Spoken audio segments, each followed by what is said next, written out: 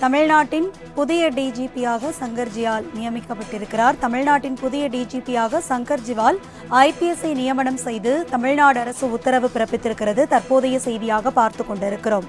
DGP Sailendra பாபுவின் பதவிக்காலம் முடிவடைவதால் புதிய டிஜிபியாக சங்கர் ஜிவால் நியமனம் செய்யப்பட்டுள்ளார்.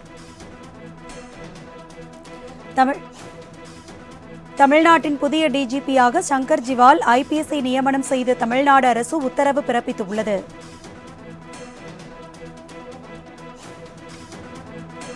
தமிழ்நாட்டின் புதிய டிஜிபியாக சங்கர் ஜிவால் ஐபிஎஸ்ஐ நியமனம் செய்து தமிழ்நாடு அரசானது உத்தரவு பிறப்பித்துள்ளது. தற்போதைய செய்தியாக பார்த்து கொண்டிருக்கிறோம்.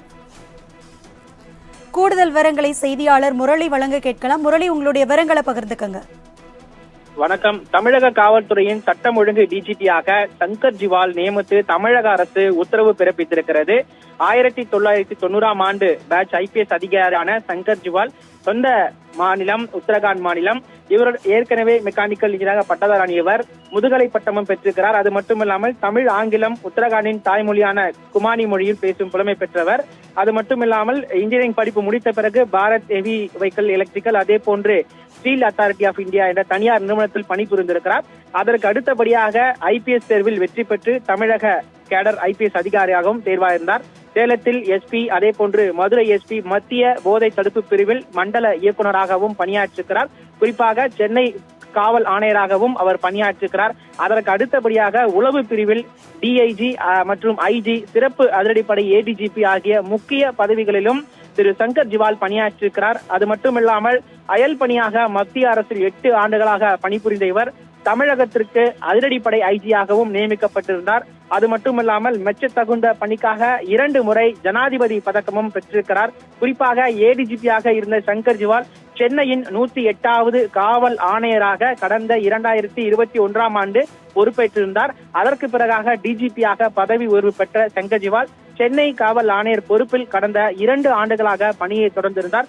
பல்வேறு சாதனைகளை புரிந்திருந்தார். அது மட்டுமில்லாமல் சென்னை காவல் ஆணையராக டிஜிபி சங்கர் ஜிவால் இருந்தபோது சென்னையில் பல குற்றங்களை தவிர்க்கவும், அதே போன்று சாலைகளை விபத்துகளை தடுக்கவும் 131 திட்டங்களை அறிமுகப்படுத்தியிருந்தார். குறிப்பாக முதல் சிறார் குற்றவாளிகளை நல்வழிப்படுத்தும் பறவை திட்டம், டிரைவ் அகைன்ஸ்ட் ட்ரக்ஸ் திட்டம், அதே போன்று சாலை விபத்துகளை தடுக்கும் திட்டம், ஹாப்பி ஸ்ட்ரீட், சிற்பி, ஆனந்தம், ஒருங்கிணைந்த சிசிடிவி கட்டுப்பாட்டறை என பல்வேறு திட்டங்களை அவர் சென்னை மாநகர காவல் ஆணையராக இருந்தபோது அறிமுகப்படுத்தியிருக்கிறார். தற்போது அது நடைமுறைப்படுத்தப்பட்டு செயல்பட்டு வருகிறது.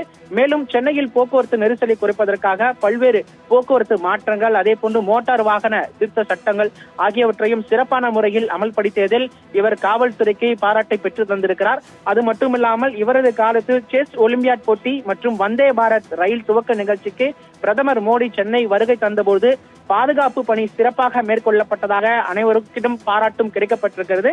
குறிப்பாக இவரது பதவி காலத்தில் பட்டப்பகலில் டெட் வங்கியில் 20 கோடி மதிப்பிலான தங்கமும் கொள்ளையடிக்கப்பட்ட சம்பவம் பெரிதும் பரபரப்பை ஏற்படுத்தியது. அந்த சம்பவத்தையும் துரிதமாக செயல்பட்டு நடைமுறைப்படுத்தியிருந்தார். தலைமைச் செயலக காலனி, கொடுங்கையூர் உள்ளிட்ட லாக்கப் மரணங்கள் போன்ற பல சர்ச்சைக்குரிய சம்பவங்களை அவர் துரிதமாக செயல்பட்டு முக்கிய குற்றவாளிகளை கைது செய்தார். இந்த நிலையில் தற்போது சட்டம் ஒழுங்கு டிஜிபியாக தமிழக அரசு உத்தரவு பிறப்பிக்கப்பட்டிருக்கிறது.